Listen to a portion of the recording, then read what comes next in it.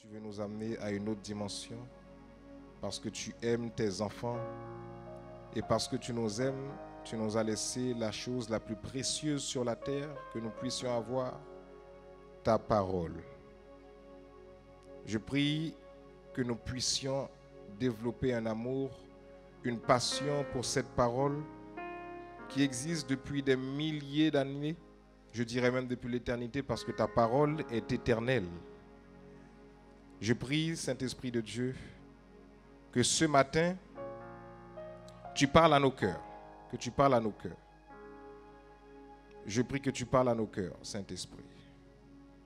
Nous ne savons pas quoi dire, mais toi, tu sais quoi dire. Tu sais comment le dire, tu sais ce qu'il faut exactement pour chacun ici. Alors, Père, nous prions que nous soyons uniquement des vases que tu utilises pour la seule gloire de ton nom, pourvu que ta parole soit délivrée. Nous ne te mettons aucune barrière. Dis ce que tu as envie de dire. Parle comme tu as envie de parler.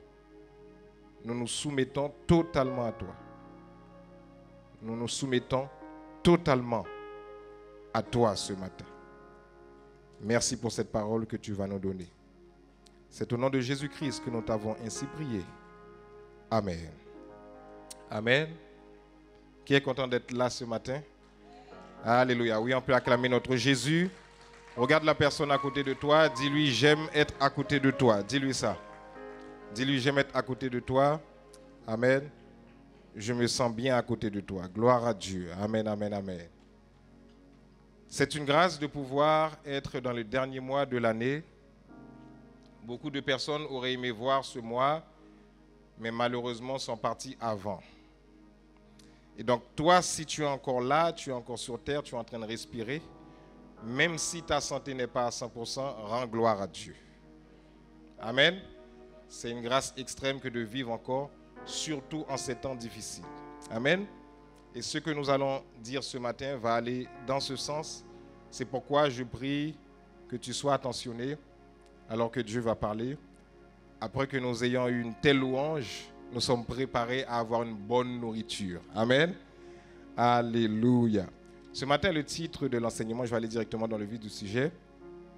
La série n'est nulle autre que gratitude et reconnaissance que nous avions commencé il y a des dimanches de cela. Dis à ton voisin gratitude et reconnaissance. Dis-lui ça. Et le titre de l'enseignement ce matin, c'est sous forme d'une... Alors, on va dire que c'est une question et en même temps une affirmation ou une exclamation. As-tu pensé à dire merci? Pose la question à ton voisin. As-tu pensé à dire merci? Dis-lui ça encore. As-tu pensé à dire merci? C'est très simple hein, comme titre. Hein? Amen. Mais c'est très puissant. Amen. Je vous demande votre attention ce matin. Je vais faire lecture pour vous dans une histoire que nous tous nous connaissons ici. Mais il est bon de nous rappeler ces choses-là de temps en temps. C'est une histoire pour ceux qui sont chrétiens que vous avez déjà entendu certainement parler. Mais ce matin, le Saint-Esprit veut nous rappeler cela. L'enseignement sera très simple ce matin, mais sera très puissant pour quiconque prête attention et veut appliquer. Amen. Nous allons faire lecture dans Luc chapitre 17, versets 11 à 19 ce matin. Luc chapitre 17, versets 11 à 19. Voilà ce qui est dit. Alors qu'il se rendait à Jérusalem, Jésus longea la frontière entre la Samarie et la Galilée. À l'entrée d'un village, 10 lépreux vinrent à sa rencontre.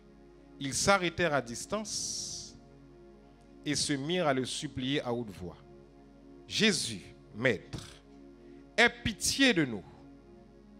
Jésus les vit et leur dit, allez vous montrer aux prêtres. Pendant qu'ils y allaient, ils furent guéris. L'un d'eux, dites avec moi l'un d'eux. Dites avec moi l'un d'eux.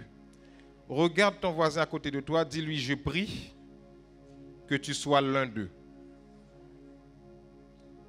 L'un d'eux, quand il se rendit compte qu'il était guéri, revint sur ses pas en faisant quoi? en louant Dieu comment? Timidement, en cachette et enfermé quelque part. Comment? À pleine, notez ça. Il se prosterna aux pieds de qui? De Jésus, face contre terre, et il faisait quoi? Et le remercia. Or, c'était un Samaritain. Alors Jésus dit, ils sont bien 10 qui ont été guéris, n'est-ce pas? Où sont donc les 9 autres? Il ne s'est donc trouvé personne d'autre que cet étranger pour revenir louer Dieu. Puis, s'adressant à ce Samaritain, il lui dit, relève-toi et va, parce que tu as eu foi en moi, tu es sauvé. Quelqu'un me dit Amen. Parole du Seigneur. J'aimerais être le plus clair, le plus simple possible et le plus accessible possible à tous à travers ce que je vais dire ce matin. C'est pourquoi je nous demande, j'ai dit je nous demande, parce que ce message concerne tout le monde, sans exception, de prêter attention. En tant que chrétien, je vais développer quelques points avec vous tout à l'heure à partir de cette lecture, nous allons le voir. En tant qu'enfant de Dieu, l'une des choses que j'ai remarquées dans la vie des enfants de Dieu, beaucoup d'enfants de Dieu commencent bien leur marche avec Christ. Ils ont un beau parcours avec le Seigneur Jésus. Et à un moment donné de la vie, commencent à se décourager sur le chemin de la vie chrétienne. Laissez-moi vous dire que la vie chrétienne est un combat. Quelqu'un m'a entendu? Dès que vous donnez votre vie à Christ, vous êtes en combat. Et quelqu'un me dira donc, puisque quand je donne ma vie à Jésus, je suis en combat, quel est l'intérêt pour moi de suivre Christ? Je vais t'expliquer. Lorsque tu ne suis pas Christ, tu es quand même en combat. Mais le problème, c'est que le combat terminera lorsque tu quitteras cette terre en enfer. Est-ce que l'Église me suit? Tandis que lorsque tu combats avec Jésus-Christ, si tu tiens la main de Jésus-Christ, tu iras au ciel rejoindre Dieu. Est-ce que quelqu'un m'a entendu? Dans ce siècle que nous sommes en train de vivre, nous avons besoin de revenir sur certains fondamentaux de la vie chrétienne. Dans nos assemblées, nous sommes principalement remplis d'enfants de Dieu, de chrétiens qui sont à la quête du Dieu qui donne. Dites-moi Amen. Ce n'est pas mauvais, parce que Dieu veut nous donner, Dieu veut nous bénir, Dieu veut nous protéger. Mais nous sommes devenus très peu à être des enfants de Dieu qui marchent dans la reconnaissance. Si tu me suis, dis-moi Amen. Or, la reconnaissance, la gratitude, la louange est une force et une puissance dans les combats. Dites avec moi une puissance. Dites avec moi une puissance. Lorsque tu veux atteindre un certain niveau spirituel, suivez-moi bien. Lorsque tu veux aller loin dans la vie avec le Seigneur, lorsque tu veux grandir et devenir mature avec Dieu dans la vie chrétienne, un des secrets fondamentaux que tu dois pratiquer tous les jours de ta vie, et pas uniquement à la fin de l'année, c'est d'être constamment dans la reconnaissance et l'action de grâce. Est-ce que l'Église me suit? D'ailleurs, on reconnaît un chrétien mature à la manière dont cette personne va commencer sa prière. Beaucoup d'entre nous, lorsque nous commençons notre prière, la plupart du temps, nous commençons à demander qu'à remercier. Est-ce que l'Église me suit? Or, lorsque je me présente dans la présence d'un tel roi, je ne commencerai pas à demander, parce que vous savez, nous pouvons remercier Dieu sous forme de demande. Seigneur, merci pour ce que tu vas faire. Merci pour ce que tu vas me donner. Mais il y a une différence entre, et ça c'est la foi, c'est une bonne chose, je l'expliquerai une autre fois. Mais il y a une différence entre lorsque je commence à remercier Dieu pour ce qu'il va me donner et lorsque je commence à le remercier pour ce qu'il est. Est-ce que l'Église me suit? Donc, qui fait que si je veux, il y a une puissance, c'est quelque chose que j'ai appris à expérimenter au fur et à mesure de ma vie chrétienne. Il y a quelque chose qui se dégage dans l'atmosphère spirituelle que lorsque je m'approche de mon Père, je commence à le remercier, je commence à dire, Père, je te remercie pour ce que tu es dans ma vie. Il y a une puissance qui se dégage. L'enfer tremble. L'enfer est ébranlé. Le monde spirituel satanique est ébranlé lorsque tu t'approches de Dieu. Et tu commences à le remercier pour ce qu'il est d'abord. Est-ce que l'église me suit? Lorsque tu commences à remercier Dieu pour ce qu'il est d'abord, tu es en train de donner de la considération à sa personne. Beaucoup d'enfants de Dieu, surtout dans ce siècle où nous sommes à l'heure de la consommation, à l'heure du tout à coup, à l'heure du micro-ondes où tout va vite, beaucoup de chrétiens ont tendance à vouloir tout obtenir de Dieu rapidement, mais sans remercier, sans être reconnaissant. Nous sommes focalisés sur les choses que Dieu peut faire au lieu d'être focalisés sur la personne de Dieu. Est-ce que Dieu peut se trouver une personne qui est passionnée par lui d'abord ici dans ce lieu? Des gens qui aiment Dieu d'abord, et parce que j'aime Dieu, parce que je développe une passion pour lui, parce que je développe un amour pour lui, parce que je développe un zèle pour lui, parce que je développe un enthousiasme pour lui, parce que je développe cette gratitude, cette reconnaissance, maintenant Dieu va me donner le reste. C'est l'un des secrets de la longévité dans la vie chrétienne. C'est l'un des secrets de la joie de l'homme sur la terre. J'ai remarqué une chose. Lorsque tu apprends à être reconnaissant et à dire merci tout le temps, tous les jours que tu te lèves, tu es dans la joie. Est-ce qu'il y a quelqu'un qui expérimente ça? Tous les jours, ta joie n'est... Je vous garantis, lorsque tu es tout le temps reconnaissant, ta joie n'est pas explicable. On te pose la question, mais comment tu fais pour être dans la joie? Semble-t-il que tu n'as aucun problème? Le problème, c'est que tu as des problèmes, mais ta joie dépasse les difficultés que tu as. C'est quelque chose qui vient te prendre et qui te donne une force, qui te donne la capacité d'aller au-delà des situations compliquées que tu as. Est-ce que l'église me suit? La culture de la reconnaissance. Et je fais exprès d'employer le mot culture. La reconnaissance doit devenir une habitude dans la vie chrétienne. C'est pourquoi il y a beaucoup de chrétiens, tantôt ils ont envie de croire en Dieu, tantôt ils n'ont plus envie, tantôt Dieu existe, tantôt il n'existe pas. Aujourd'hui j'ai envie d'aller à l'église, demain je n'ai pas envie. C'est parce que tu n'as pas appris à être reconnaissant et développer la culture de la reconnaissance. Lorsque tu apprends à développer chez toi la culture de la reconnaissance, lundi tu remercies Dieu pour ce qu'il est, mardi tu le remercies pour ce qu'il est, mercredi tu le remercies pour ce qu'il est, jeudi tu le remercies pour ce qu'il est, vendredi tu le remercies pour ce qu'il est, samedi tu le remercies pour ce qu'il est. Lorsque dimanche arrive, tu es obligé de venir le remercier ici. Tu ne peux pas développer une vie chrétienne mature sans être tout le temps au pied du maître en train de le remercier pour ce qu'il est. Est-ce que l'église m'entend?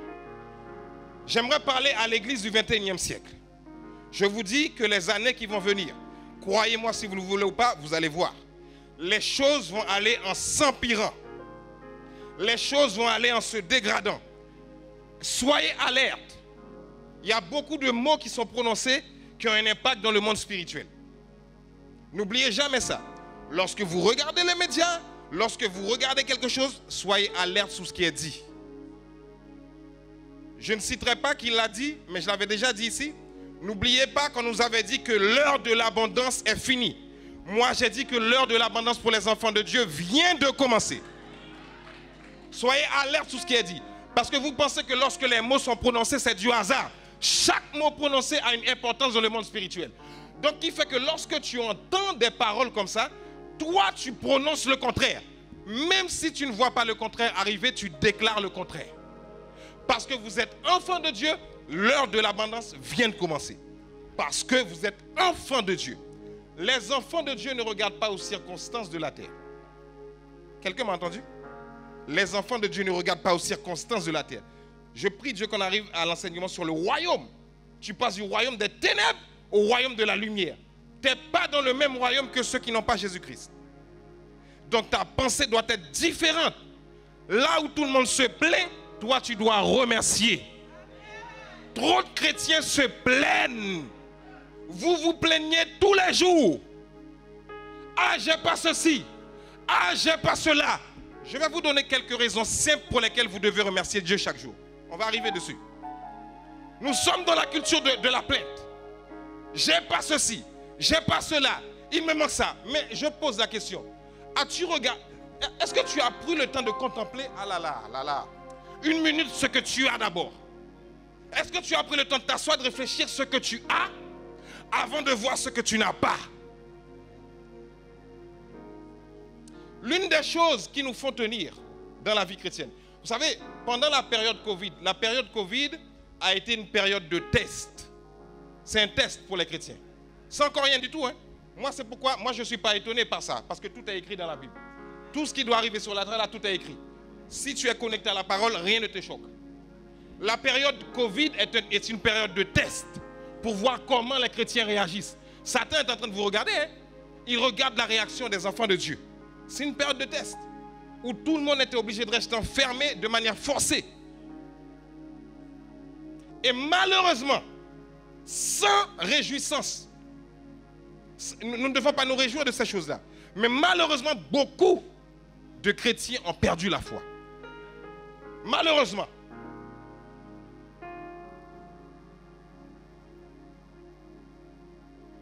Parce que nous nous sommes rendus compte que les églises étaient remplies d'enfants de Dieu qui venaient pour leur propre satisfaction.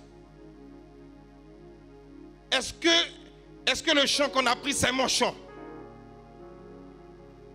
Est-ce que la parole qu'on va donner aujourd'hui, c'est ma parole? Mais il n'y a pas ton chant, il n'y a pas ta parole. Tout est fait pour la gloire de Dieu. Tout doit être fait pour la gloire de Dieu. Dans tout ce que vous faites, faites-le pour sa gloire. Et que pour sa gloire. Nous ne sommes que des instruments entre les mains de notre Père qui nous fait la grâce de servir dans son royaume. C'est juste un privilège. C'est pourquoi dans les temps qui vont venir, j'aimerais avertir tout chrétien qui m'écoute ce matin. Prenez au sérieux chaque parole que vous entendez lorsque vous venez le dimanche. Prenez au sérieux.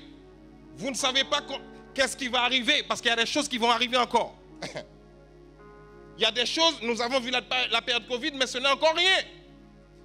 La terre est en train d'être secouée, l'ennemi n'est pas content.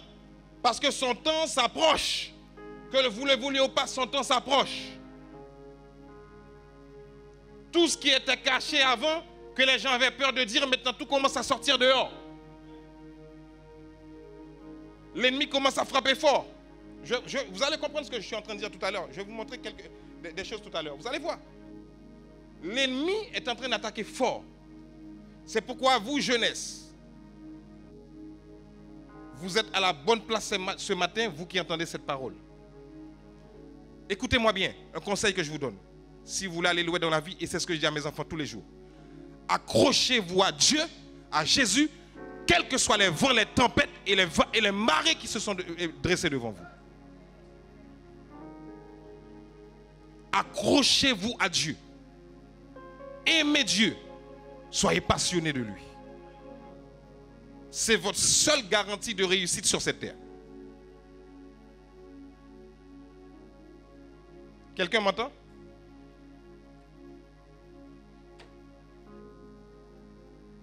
Je vais vous donner, par rapport au texte qu'on a lu ce matin, quelques raisons pour lesquelles nous devons être constamment dans la reconnaissance. Je dis bien constamment, chaque jour. Et l'une des manières que nous avons appris à nos enfants de prier, c'est toujours commencer par remercier. Toujours. C'est la méthode la plus efficace. Tu viens dans la présence du Père en remerciant d'abord. Parce que quand tu remercies, il y a une puissance, il y a une foi, il y a quelque chose qui se dégage. C'est pourquoi Jésus s'est arrêté sur... Parmi les 10 lépreux, le regard de Jésus s'est arrêté sur une seule personne qui est revenue dire merci. Parmi les 10, Jésus a porté attention à une seule personne. Pourquoi? Il y a quelque chose de surnaturel dans la reconnaissance et dans la gratitude. Mais nous nous plaignons trop. Parfois, même ceux qui ne sont pas chrétiens n'ont pas envie de croire en notre Dieu parce que nous nous plaignons. Toute la journée, nous nous plaignons. Il me manque ceci, il me manque cela. Oh, bon, on va avancer. On va avancer. Dis à ton voisin, on avance, on avance. On avance. On avance. Première raison pour laquelle nous devons revenir à chaque fois que Dieu, nous sommes dans la présence de Dieu, nous devons nous prosterner et lui dire merci, c'est pour la vie et le souffle de vie. Dis-moi amen. Qu'est-ce que j'ai dit? Pour la vie et le souffle de vie. Écoutez-moi, Beaucoup de personnes ont disparu en 2022. Du jour au lendemain. Disparu. Il y en a, c'est par accident. Il y en a, c'est maladie. Il y en a, ils ont juste trébuché seulement. Trébuché, puis ils sont entrés à l'hôpital, ils ne sont plus revenus. Il y en a, c'est mort subite. Une maladie qui apparaît comme ça, le temps que les médecins arrivent, c'est terminé. Mort subite. Pas plus tard je crois qu'il y a 1 an, j'ai perdu quelqu'un que je connaissais, un jeune, subitement comme ça. Il est entré à l'hôpital, je crois, dimanche, lundi, il a disparu, il est parti. Subitement. Donc, moi, si j'ai la grâce d'être vivant, c'est parce que Dieu a quelque chose encore à faire avec moi, donc je vais le remercier, je dois être reconnaissant. C'est une grâce d'être... Parce que nous sommes tellement habitués à vivre. Je peux descendre un peu? Nous sommes tellement habitués à avoir le souffle de vie, de respirer, que nous pensons que c'est devenu normal. Nous pensons que Dieu nous doit ça. Mais et ceux qui sont morts, Dieu leur doit ça? Dieu ne leur doit pas ça aussi? Nous pensons que respirer, c'est quelque chose de naturel. Allez demander à ceux qui sont à l'hôpital, posez-leur la question. Posez-leur la question, eux qui sont couchés 24 heures sur 24. Toi, peut-être que ta santé ne va pas bien, mais au moins tu es debout, tu peux marcher. Tu es libre, tu peux faire ce que tu veux. Mais posez la question à ceux qui sont couchés 24 heures sur 24. D'année en année, ils sont couchés. Allez dans le 15e arrondissement, à l'hôpital Necker. Posez la question aux enfants qui sont malades. Demandez-leur. Demandez-leur. Nous nous plaignons pour rien. Oh, on ne m'a pas dit merci pour ça. On n'a pas été reconnaissant, même à l'église. Parce que nous faisons des choses, tout le temps on doit venir nous dire merci. Mais même si on ne te dit pas merci, fais-le seulement. Il n'y a pas besoin que quelqu'un te dise merci. Tant que Dieu te voit, c'est le plus important. Nous nous plaignons tout le temps. Et c'est pourquoi les chrétiens ne sont pas forts. Les chrétiens sont devenus un peu faibles. N'importe quel vent, les chrétiens sont prêts à se coucher. Ils sont où les Abraham d'antan? Ils sont où les David d'antan? Ils sont où les Esther d'antan? Ils sont où les Rites d'antan? Vivons la parole de Dieu. Comment cette parole qui peut être puissante et puis nous marchons dans le découragement tout le temps? Je ne dis pas qu'il y a... Vous pensez que nous, en tant que pasteurs, nous n'avons pas de découragement? Lorsque nous venons tout le temps et vous enseigner la parole, vous pensez que tout va tout le temps rose dans notre vie? Mais non. Mais qu'est-ce qui nous tient? Le secret de la reconnaissance, de la gratitude, d'être au pied du maître. C'est ça qui nous permet de rester accrochés. Et c'est donné à tout le monde. Pour le souffle de vie.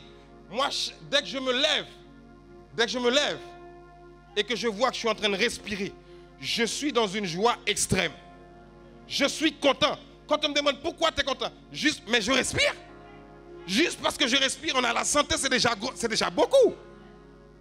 Il y en a qui ne peuvent même pas lever la cuillère pour mettre dans leur bouche. Il y en a qui ne peuvent même pas lever leurs pieds. Pasteur, toi, tu étais dans ce cas, tu sais de quoi on parle. Tu peux comprendre de quoi on parle. Il y en a qui ne peuvent même pas cligner de l'œil. Ils peuvent à peine le faire. L'autre fois, je regardais un reportage, je crois que c'était sur YouTube, j'avais vu ça, ou sur une émission, c'est un documentaire que je regardais.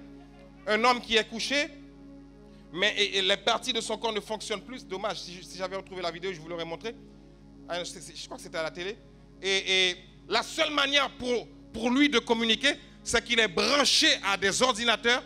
Et à chaque fois qu'il cligne de l'œil, comme tout est contrôlé par le cerveau, ils ont fait un branchement, je ne sais pas comment ils se sont arrangés, des ingénieurs ont travaillé sur un système informatique qui permet à ce que son cerveau soit connecté à l'ordinateur. Quand il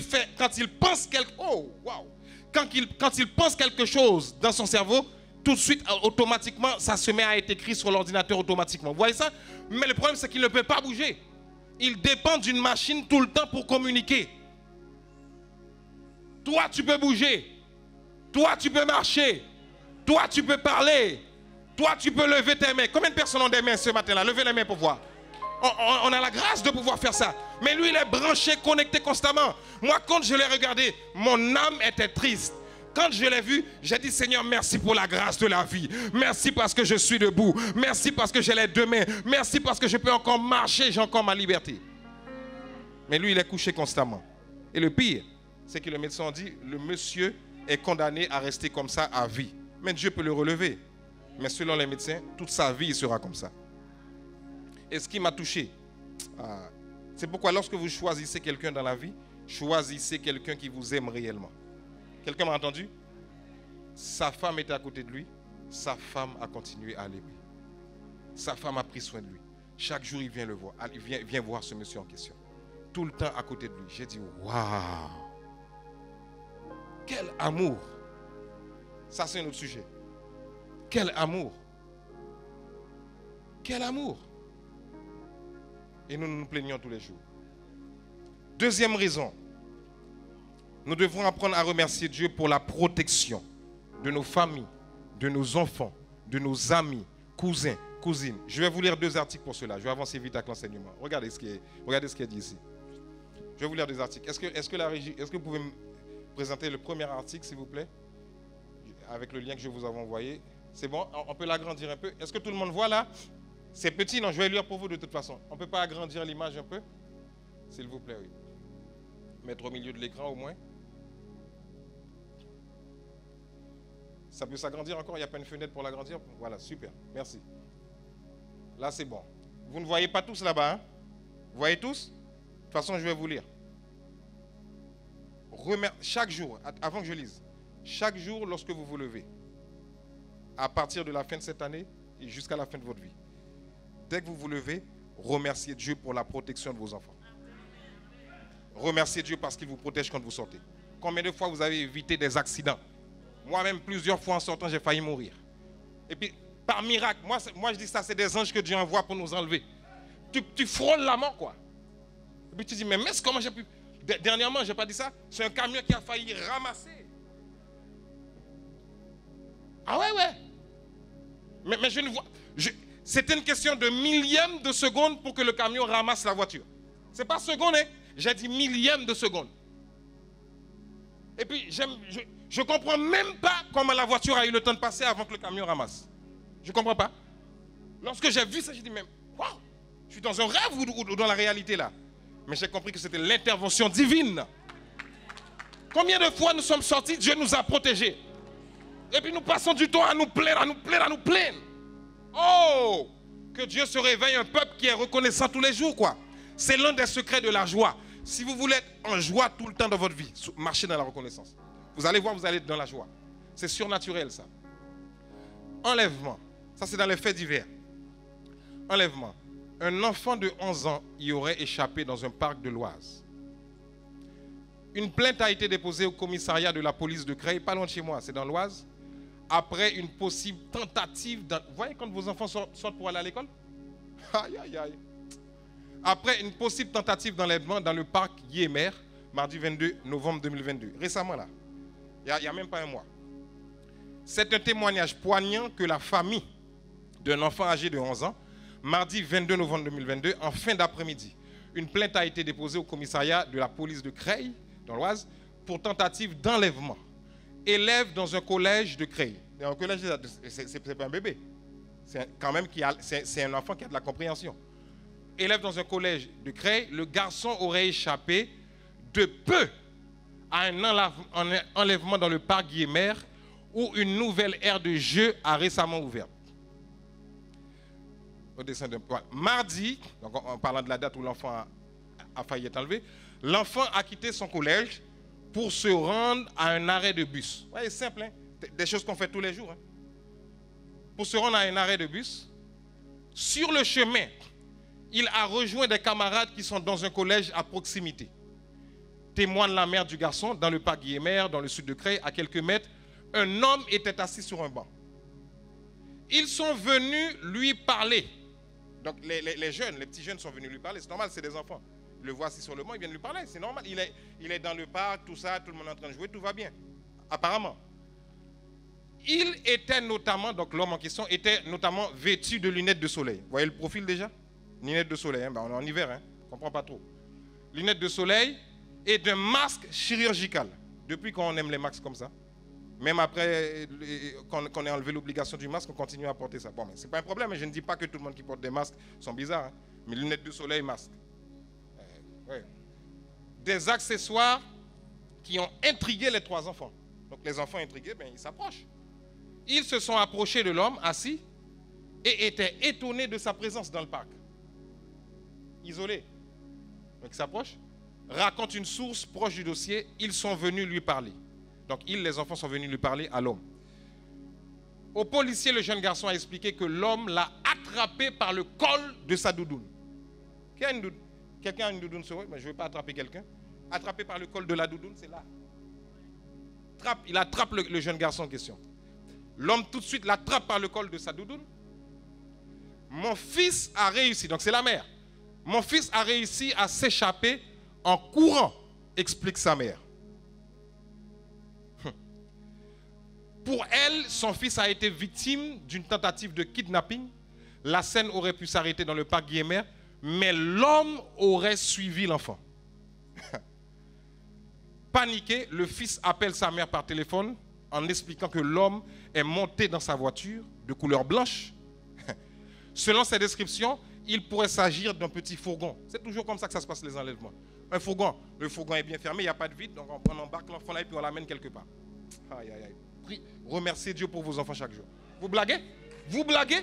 Remerciez. Quand vous voyez vos enfants rentrer là, vous pensez que c'est naturel, ah c'est bien, ça s'est bien passé la journée. Non, il faut remercier Dieu pour ça.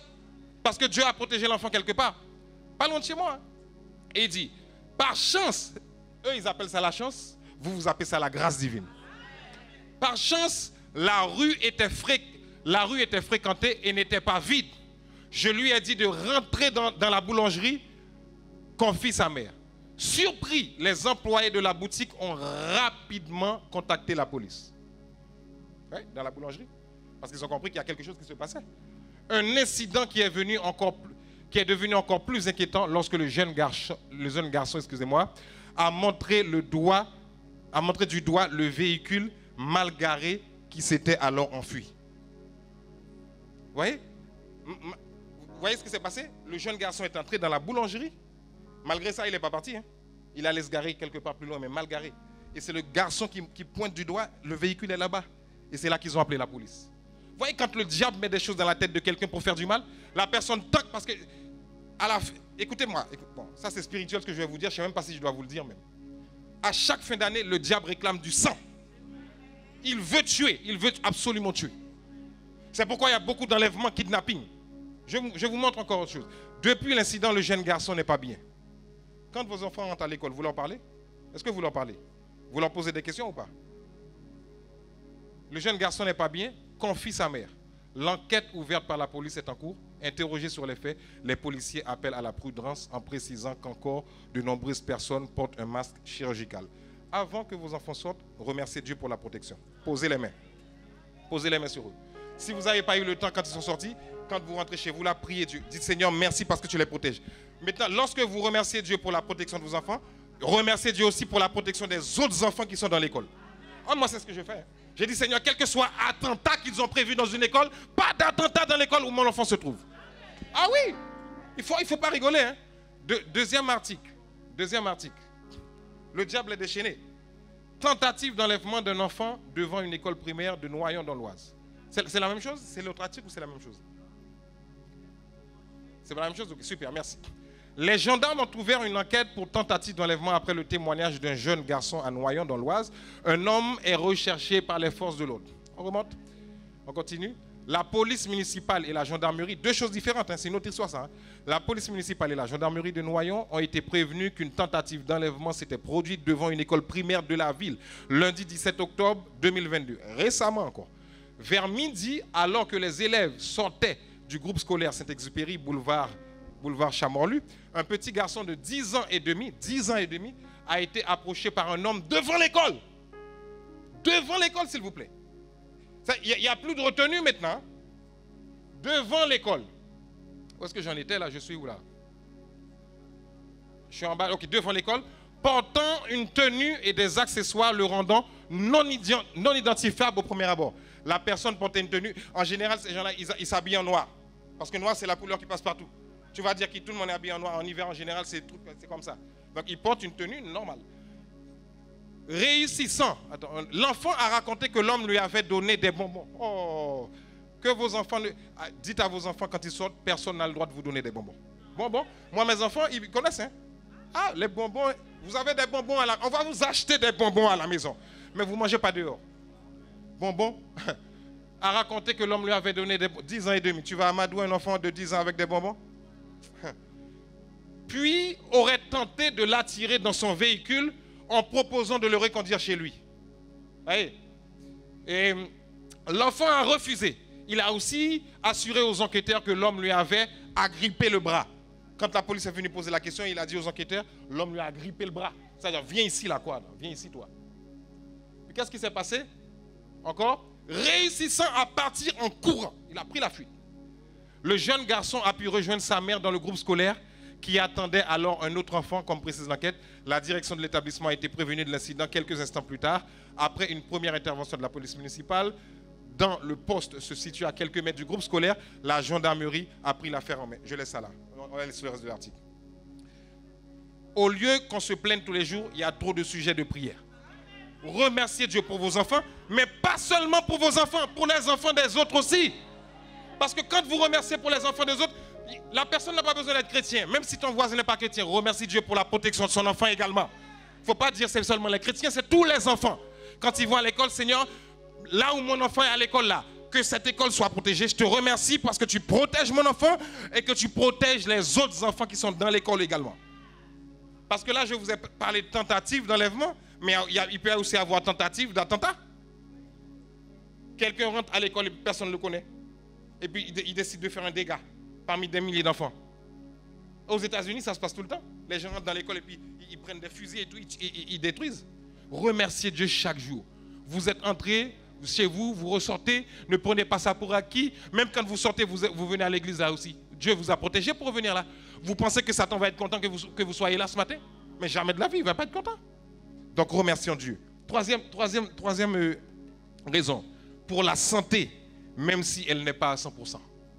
Remercier Dieu pour la santé, même si elle n'est pas à 100%. Vous savez quelle est la puissance qu'il y a lorsqu'on remercie Dieu pour notre santé, alors que nous ne sommes pas totalement en bonne santé?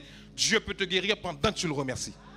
Hein? C'est ce que Jésus a dit à l'homme. Puisque tu es... Moi, cela me fait comprendre dans le texte. Je ne vais pas reprendre le texte, je l'ai lu pour vous mettre dans le contexte. Mais puisque cet homme est revenu dire merci à Jésus, ça veut dire que en allant, l'homme n'était pas totalement guéri. C'est pendant qu'il est revenu sur ses pas, pasteur, selon ce que le Saint-Esprit m'a révélé, pendant qu'il est revenu sur ses pas, Jésus a dit, puisque tu as eu foi en moi, tu es sauvé. Et le mot sauvé, lorsque vous allez dans son origine, c'est le mot sozo en grec, qui signifie salut. Dans le salut, il y a la santé, il y a la bénédiction, il y a la vie éternelle, il y a la protection, il y a tout ce que vous voulez en Christ. Tu es sauvé. Ce n'est pas seulement sauvé pour aller au ciel. Sauvé, tu es guéri aussi de ta maladie. Donc lorsque tu remercies Dieu, en premier, même lorsque tu ne vas pas bien, il y a une puissance parce que la Bible dit que l'homme est revenu sur ses pas pour remercier Dieu et le louer. Ton témoignage est une louange.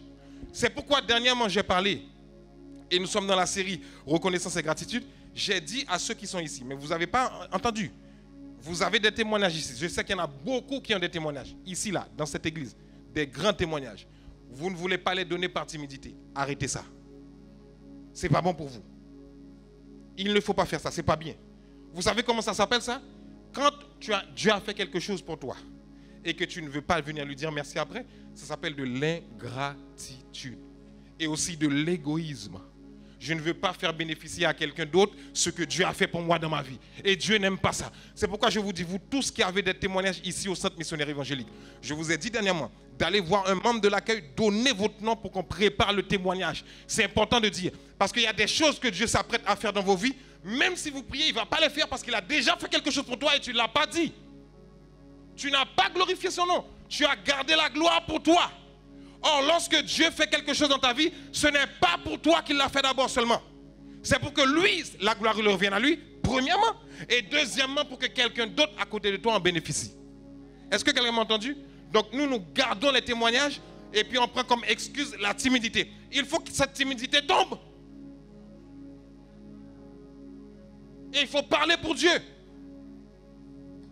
Jésus a dit, vous n'avez pas à avoir honte devant les hommes. Parce que si vous avez honte de moi, devant les hommes, moi aussi, j'aurai honte de vous devant le Père. Donc ne laissez pas la barrière de la timidité dire, ah non, je ne veux pas témoigner. Et il faut dire ce que Dieu a fait pour vous dans votre vie à haute voix. La Bible dit que l'homme est revenu sur ses pas pour remercier Dieu à haute voix. Dire ce que Dieu a fait pour lui. Quelqu'un m'a entendu? Quelqu'un m'a entendu? Parce que beaucoup de personnes viennent me voir pour me dire, ah voilà, tu sais, Dieu a fait telle chose. C'est bien, c'est beau. Moi, je le sais. Mais quelqu'un d'autre a besoin de l'entendre aussi. Quelqu'un d'autre a besoin de l'entendre aussi. Qu'est-ce que Dieu a fait pour toi en 2022? Il n'a rien fait pour toi? Il faut venir le dire. Il faut venir dire ce que Dieu a fait pour toi. Je vous dis, moi, le Saint-Esprit m'a révélé ça. Il y a des gens, vous priez, vous perdez votre temps. Parce que le secret de la prochaine délivrance que vous attendez là est caché dans le témoignage que vous devez donner. Vous m'avez entendu? Ah oui. L'homme que Jésus avait envoyé là, pour Jésus, il était déjà guéri. Hein? Mais parce qu'il est revenu, Jésus a dit, maintenant tu es sauvé. Est-ce que ça va? Parce qu'il y a une puissance lorsqu'on marche dans la reconnaissance. Et lorsque tu témoignes, c'est de la reconnaissance. Quelqu'un m'entend? C'est de la reconnaissance. Quatrièmement, pourquoi remercier Dieu? Pour le fait d'avoir un endroit où dormir. Vous ne m'avez pas dit amen là. Hein? Mais, et dis à ton voisin, tu es endormi ou quoi ce matin? Pose la question, tu es endormi ce matin? Pour avoir un toit. Qui a un endroit pour dormir ici là? Levez la main. Si tu ne lèves pas la main, il faut qu'on t'aide. Qui a un endroit pour dormir? Écoutez-moi. Il y a des gens qui, par moins 3 que vous voyez là, bientôt dans la semaine, on annonce moins 6. Ils sont dehors. Toi, Dieu t'a fait la grâce d'avoir un toit pour dormir. Même si les choses ne sont pas roses, mais au moins tu as un endroit pour dormir lorsque tu rentres chez toi. Moi, lorsqu'il fait froid, je suis content d'entrer dans ma maison au chaud, mais je pense à quelqu'un qui n'a pas d'endroit où dormir. Rien que ça, c'est un sujet de remerciement. Rien que ça. Rien que le fait d'avoir un toit. Même s'il n'y a pas à manger dans la maison, mais tu dors dans un endroit au moins. Vous comprenez? Parce qu'il y a des gens qui sont gelés dans le froid, jusqu'à la mort parfois. Mais il y en a, oh, j'attendais une grosse maison cette année. Dieu m'a donné un appartement. Mais commence par le remercier pour l'appartement. En train de te plaindre tout le temps. Dis-lui merci. Quand tu commences à lui dire merci, la grosse maison, il va te donner ça. Sois reconnaissant dans les petites choses. Les petites choses. Dans les petites choses que Dieu fait pour nous. Soyons reconnaissants. Ah oui, dis-lui merci. Dis Seigneur, merci, j'ai un toit pour dormir. Il y en a qui dorment sous les ponts, il y en a qui essaient de trouver un trou de métro pour aller dormir. Pour espérer se reposer. Dis-lui merci pour le toit que tu as. Tu rentres chez toi, tu es bien au chaud. Quelqu'un m'a compris? Ouais. Dis à ton voisin, tu n'as pas le droit de te plaindre. Hein? Dis-lui ça. Tu n'as pas le droit de te plaindre, tu n'as pas le droit. Tu n'as pas le droit. Ah non. On n'est pas mieux que ceux qui dorment dehors. Hein? On n'est pas mieux. Hein? On aurait pu être dehors aussi dans la rue. Hein? Pour beaucoup d'entre nous, nous sortons de notre pays. Dieu nous a fait grâce d'avoir un toit ici. Il y en a qui sont nés ici. Je vais même vous choquer. Il y a des SDF que vous voyez dans la rue. Ils sont millionnaires, mais ils dorment dehors. Un état d'esprit. Le diable, mais un état d'esprit qui fait qu'ils aiment la rue. Vous n'êtes pas fous. Vous avez la grâce d'avoir l'intelligence et vous avez une maison. C'est une grâce. Il y a des SDF millionnaires dans la rue. Allez dans Paris 17e, tout ça. Là, il y a des histoires. Vous allez dire, mais c'est pas possible quoi. Mais le diable rend les personnes vraiment. Vous comprenez, hein? Et puis ils dorment dans la rue. Il y en a même, ils étaient bien avant. Ils avaient toute une bonne situation. Mais une circonstance de la vie fait qu'ils se retrouvent dehors. Toi, remercie Dieu parce que Dieu t'a gardé jusqu'à présent. Jusqu'à présent, tu as un toit. Jusqu'à présent, tu as le sou de vie. Jusqu'à présent, tu es capable d'aller signer un bail. Jusqu'à présent, tu es capable d'aller à la banque de faire un crédit. Au moins, tu as la grâce de faire un crédit. Il y en a qui ne peuvent pas le faire. Remercie-le pour ça. Remercie-le pour ça. Moi, je suis content tous les jours. Lorsque je vois que je rentre à la maison et puis je suis au chaud. Oh Seigneur, j'ai dit Seigneur, merci. Mais merci pour la grâce. Merci Seigneur parce qu'il y en a qui ne peuvent pas. Il y en a qui n'ont pas un toit. Mais merci Père. Merci. Merci. Dieu aime ça quand on est reconnaissant. Il aime ça. Quelqu'un m'a compris? 5e point. J'avance un peu rapidement. Pour le fait d'avoir encore la foi. Je vous le disais tout à l'heure. Il y en a pendant la période Covid, ils ont perdu la foi. Toi, tu as encore la foi, c'est un miracle et une grâce. Parce que cette période est venue fracasser les enfants de Dieu. Pour leur faire perdre la foi. Mais toi, tu es encore en Jésus-Christ.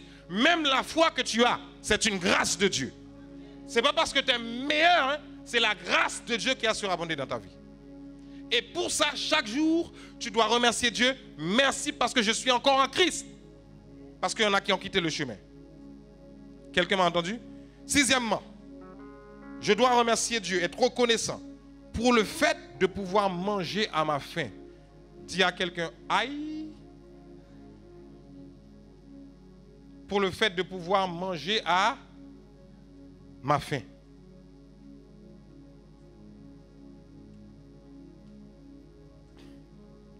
Regardez-moi dans les yeux. Qui est déjà mort de faim ici? Sinon, vous ne serez pas devant moi. Donc, dis à ton voisin, même si ce n'est pas rose, tu as quelque chose à manger quand même. Dis-le ça. Dis-le ça. Dis-le ça. Ah, je n'arrive pas à acheter bio tous les jours. Mais tu manges quand même. Tout le temps en train de se plaindre. Hein? Mais parfois, Dieu doit se demander. Allez demander en Haïti. Allez leur poser la question. Déjà, il y en a qui sortent, ils ne sont même pas sûrs de rentrer chez eux quand ils sortent. Ça, c'est un. Maintenant, quand ils sortent là, ils ne sont même pas sûrs de rentrer à la maison avec quelque chose à manger. Nous, on est tout le temps en train de se plaindre. Oh, j'ai pas ci, j'ai pas ça. Seigneur, aide-moi. Pitié. Ouh. Calme-toi. Quand tu vois que tu te plains comme ça, réfléchis à la personne qui est dans une situation pire que toi. C'est parce que je n'ai pas voulu vous montrer des images, mais allez dans, dans les pays du tiers-monde. Allez voir les enfants qui souffrent. Il y a des enfants, pour manger, vous savez ce qu'ils font? Ils attendent que ceux qui ont à manger finissent de manger. Eux, s'ils peuvent trouver un os pour manger, c'est déjà bien. Et vous, vous mangez tous les jours, vous avez le choix. Yaourt, goût fraise, goût je ne sais pas quoi, chocolat, vous avez toutes sortes de choses. Et c'est maintenant qu'ici, dans les pays d'Europe, ils sont en train de se réveiller, pasteur. Ils sont en train de mettre des plans anti-gaspillage. Maintenant, il y a des applications. C'est bien, c'est une bonne chose, c'est une initiative. Mais il a fallu attendre qu'il y ait des milliards d'euros qui se gaspillent pour comprendre qu'il y a trop de gaspillage dans ce pays. C'est pourquoi vous qui avez à manger à la maison, ne jetez pas le repas. C'est un péché de jeter un repas. C'est un péché. Je le dis pour quiconque ici. Tout gaspillage est un péché. À la maison, on ne jette pas. À la maison, on ne jette pas. Jeter, non. Ma mère était étonnée récemment quand je suis revenu de voir que j'ai gardé les mêmes habitudes. Elle m'a dit, ah, jusqu'à présent, comme je t'ai connu là, tu n'as jamais supporté le gaspillage, tu es toujours comme ça. J'ai dit, mais qui va me faire changer? C'est un péché. Parce qu'il y en a qui ne mangent pas. Moi, mes enfants, quand je vois qu'ils sont en train de faire du chichi, j'ai dit, venez, je vais vous mettre un documentaire. Venez, venez. On va regarder un documentaire. Regardez, il y a des enfants qui ne mangent pas. Il y en a qui ne mangent pas. Donc, quand vous avez à manger, remerciez Dieu, mangez. Parce qu'il y en a qui ont faim. Tous les jours. Donc, il faut savoir dire merci Seigneur pour ce repas. Dès que tu as un repas devant toi, Seigneur, merci.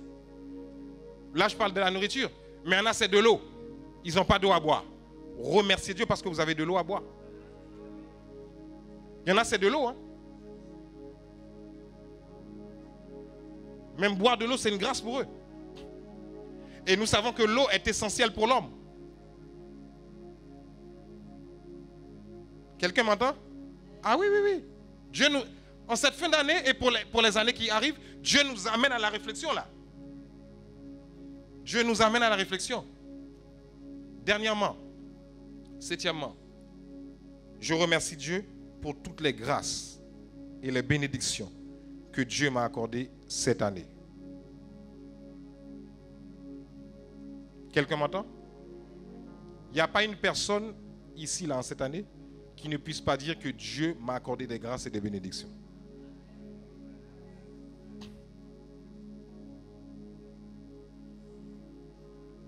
On demande à Dieu. Mais est-ce qu'on a pris le temps de remercier pour les grâces qu'il nous a données? J'en parlais tout à l'heure. Il y en a qui sont venus me voir. Pasteur, j'ai un témoignage. Ok. Mais est-ce que tu es venu le dire à haute voix devant tout le monde pour que quelqu'un en bénéficie? Parce que quelque part, lorsque tu ne donnes pas ton témoignage, tu es en train de bloquer la vie de quelqu'un d'autre. Et ce n'est pas bien. C'est pas bien. Je préfère le dire. Je dis la vérité. C'est pas bien.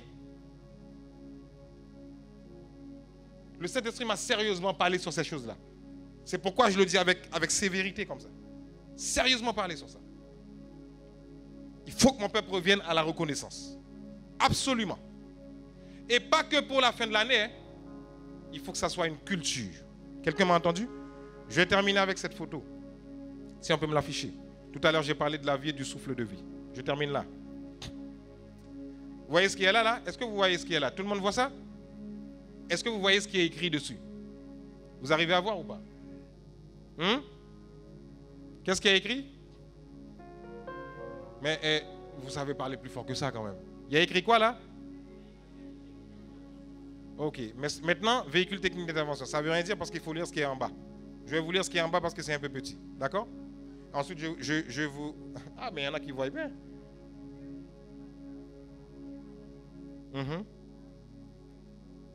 Super, merci. Je lis dans le micro, merci ma soeur.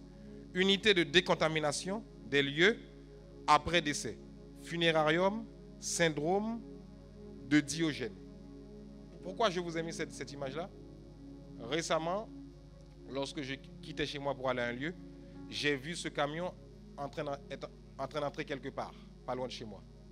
Et c'est la première fois que je voyais ça. Je savais pas que ça existait. Forcément, quand il y a un lieu qui a été contaminé, parce que vous savez que quand vous mourrez, votre corps relâche des microbes. Ça, on le sait. Ok? Parce que notre corps est poussière. Enfin bref. Et ce véhicule-là, son job, c'est quand il y a eu un lieu de décès, et souvent, c'est... Bon, je ne vais pas dire des choses ici, d'accord? Parce qu'il ne faut pas que le lieu soit morose. Mais vous savez de quoi je parle. Ok? Il y a des gens qui meurent seuls chez eux. Et c'est après quelques semaines, quelques jours qu'on les découvre. Quelqu'un m'a entendu ou pas? Ce véhicule vient désinfecter après. Moi, quand j'ai vu ce véhicule entrer, le Saint-Esprit m'a interpellé. Il m'a dit, tu vois la grâce que tu as de vivre, toi? Et vous avez une famille chrétienne? Et souvent se déchirent entre nous, au lieu de se souder. Mais il y a des gens qui meurent seuls chez eux. Chez elles. Les personnes qui meurent seules chez elles. Et on est obligé d'appeler maintenant un véhicule pour venir désinfecter l'endroit où la personne était. Là, je vous ai montré ça, mais je vais vous montrer le logo, comme ça vous allez voir de plus près. Unité de décontamination des lieux après décès. Ça, quand j'ai vu ce camion entrer, ça m'a rappelé la conscience de la vie que j'ai. J'ai levé ma main, j'ai dit, Seigneur, merci. Parce que cette personne, je ne sais pas si elle t'a reçu dans sa vie, mais moi, j'ai la grâce d'avoir la vie et de te connaître. C'est des petites choses comme ça à travers lesquelles le Saint-Esprit vous parle tous les jours. Parce que pour quelqu'un d'autre, ça peut être banal. Ah, mais ça, on le voit tous les jours. Non! C'est un être humain quand même qui a disparu. C'est pas, excusez-moi l'expression, je n'ai pas trouvé de terme. Ce n'est pas un chien, c'est un être humain. Et quand tu vois ça, tu dois réaliser que le fait d'avoir la vie, c'est une grâce. Que Dieu nous bénisse. Que Dieu nous aide. Là où nous sommes devant nous, rapidement, s'il vous plaît, tenons debout dans sa présence.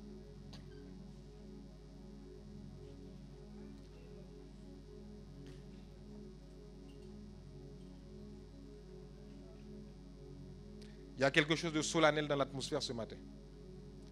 Il y a quelque chose de très fort, de très puissant dans l'atmosphère. Première chose que le Saint-Esprit m'interpelle que vous puissiez faire ce matin, à vous tous qui êtes là, demandez pardon à Dieu pour toutes les fois où vous êtes plein. Toutes les fois où je me suis plaint. J'ai pas ci, j'ai pas là. Il me manque ci, il me manque cela. Première chose qu'on va faire, c'est Seigneur, pardon pour tout ça. Est-ce que je peux entendre l'église qui prie? Élevez la voix. Demandez pardon à Dieu pour ça. Toutes les fois où vous êtes plein, toutes les fois, demandez pardon à Dieu. Demandez-lui pardon.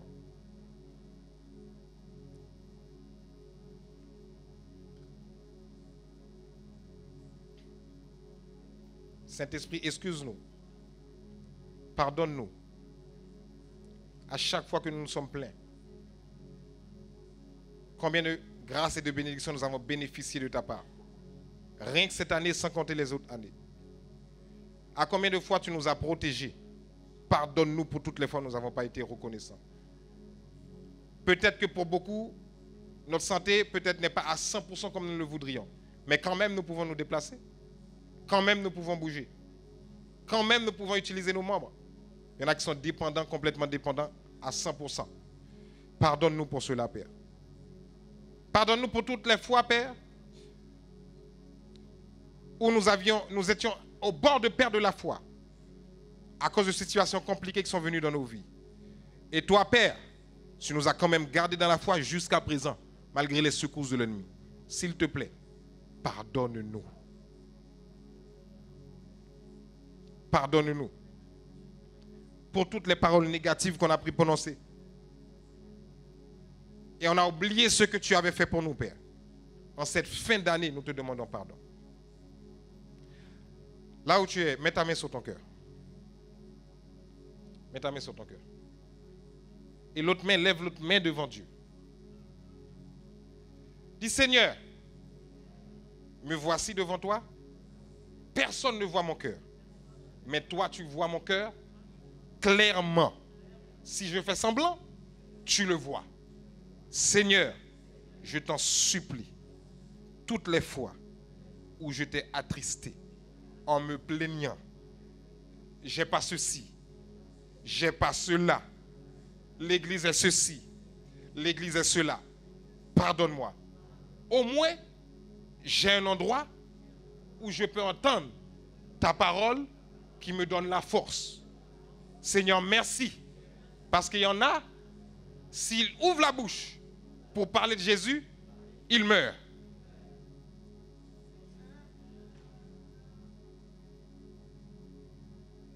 Seigneur, accorde-moi la grâce qu'à partir de maintenant, je puisse développer la culture de la reconnaissance. Que cela devienne une habitude dans ma vie. Tous les jours, quand je me lève, accorde-moi la grâce de te remercier pour la vie, le souffle de vie, la santé, la protection, la foi. Merci Seigneur, parce que je sais que tu fais cela en moi. Au nom de Jésus, Amen. Maintenant, ceux qui ont apporté leur enveloppe pour semer comme tous les dimanches à l'habitude, prenez vos enveloppes. Si vous n'en avez pas, faites signe de la main. On va vous donner des enveloppes. Autre chose que j'aimerais faire ce matin, restez concentrés, restez focus. Depuis quelques dimanches de cela, nous avions commencé des distributions d'enveloppes. Ok? Quelqu'un avec moi ou pas? Et j'avais dit que cette fois-ci, à cette fin d'année, nous voulons bénir Dieu avec nos ressources. Quelqu'un m'a entendu? Et j'avais dit que nous voulons le faire de manière matérialisée cette année. C'est-à-dire tous ceux qui ont l'habitude de faire des virements électroniques, s'il te plaît, suivez l'instruction du Saint-Esprit. Ne faites pas de virement électronique. Prenez une enveloppe et venez apporter vos dons. Ça sera le dimanche 25 décembre. Nous allons le faire d'une manière, d'accord? Donc, venez apporter vos dons. Donc, il y a deux types d'enveloppes qui vont être distribuées ce matin. Il y a les offrandes habituelles que nous avons l'habitude de distribuer pour ce dimanche aujourd'hui. Et ensuite, ceux qui n'ont pas pris leur enveloppe pour la fin de l'année, là, notre Père spirituel qui est devant, vous allez venir prendre ces enveloppes-là dans sa main, s'il vous plaît. OK? Dans sa main, s'il vous plaît. Est-ce que je peux avoir des enveloppes devant, s'il vous plaît? Ça sera pour le 25 décembre, si Dieu veut. Si on peut m'amener des enveloppes devant, du moins à nos parents spirituels qui sont devant. Vous qui n'avez pas encore pris vos enveloppes de fin d'année, si vous n'avez pas encore fait ça, venez les prendre. Et dimanche 25, vous les apporterez dimanche 25. OK? Dimanche 25. Donc apportez-moi les enveloppes et ceux qui n'ont pas encore pris leur enveloppe de fin d'année, vous pouvez les prendre, s'il vous plaît. Nous avons déjà enseigné là-dessus. J'avais pris un texte. OK? Donc je ne vais pas revenir encore dessus. Donc ceux qui n'ont pas encore pris leur enveloppe, venez les prendre, s'il vous plaît, devant dans la main de nos parents spirituels. Ceux qui n'ont pas encore pris. C'est une personne qui n'a pas encore pris son enveloppe de fin d'année. J'ai dit bien l'enveloppe de fin d'année. Hein. Ça, ce n'est pas l'offrande d'aujourd'hui. Hein. L'offrande d'aujourd'hui, c'est autre chose. OK? Gloire à Dieu.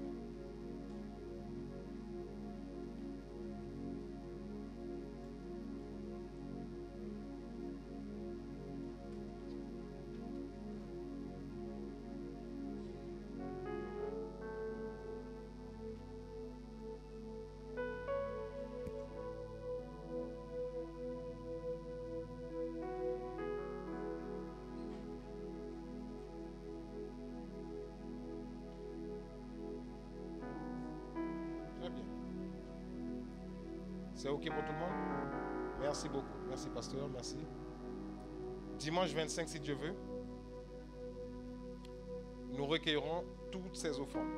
Donc, s'il y a quelqu'un qui n'est pas là et que vous êtes en contact avec la personne, vous lui dites, oh, gloire à Dieu, est-ce qu'on peut acclamer le Seigneur pour lui? C'est une bonne chose. Bravo. Garde cette habitude. Ta vie sera bénie. Amen. Alors, dimanche 25, nous recueillerons ces enveloppes, ok?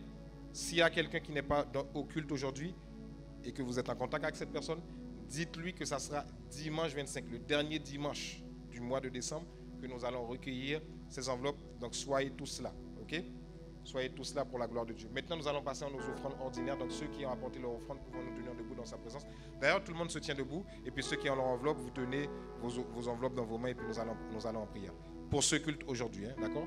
Donc, c'est les offrandes pour ce culte, qui n'a rien à voir avec les enveloppes pour le dimanche 25. Tenez-vous debout dans sa présence. Glorieux Saint-Esprit, levez vos semences dans la présence de Dieu ce matin. Glorieux Saint-Esprit, voici les mains levées devant toi. Ceux qui ont leurs semences pour aujourd'hui, levez-les, les semences pour aujourd'hui. Voici les mains levées devant toi, Père. Le monde parle de crise, mais nous, cette parole-là, nous la refusons. Parce que ton royaume n'est jamais en crise. Tu es le Dieu qui pourvoit aux besoins de chacun de tes enfants. Voici les mains de chacun levées devant toi ce matin, Père, qui ont décidé de te faire confiance avec leurs semences, avec ce que tu leur as donné, Père. Je prie que, Père Saint, en cette saison, que tu te révèles à eux à une autre dimension dans le domaine qu'ils attendent, dans le nom puissant de Jésus.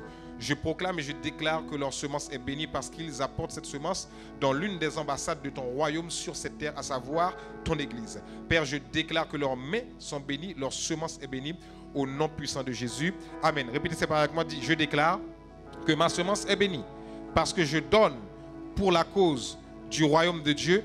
Mes mains sont bénies, ma famille est bénie au nom de Jésus. Amen. Demeurez abondamment bénis. Maintenant, lorsque vous déposez vos enveloppes dans le train en sortant, déclarez ce que vous voulez voir dans vos vies. Demeurez abondamment bénis.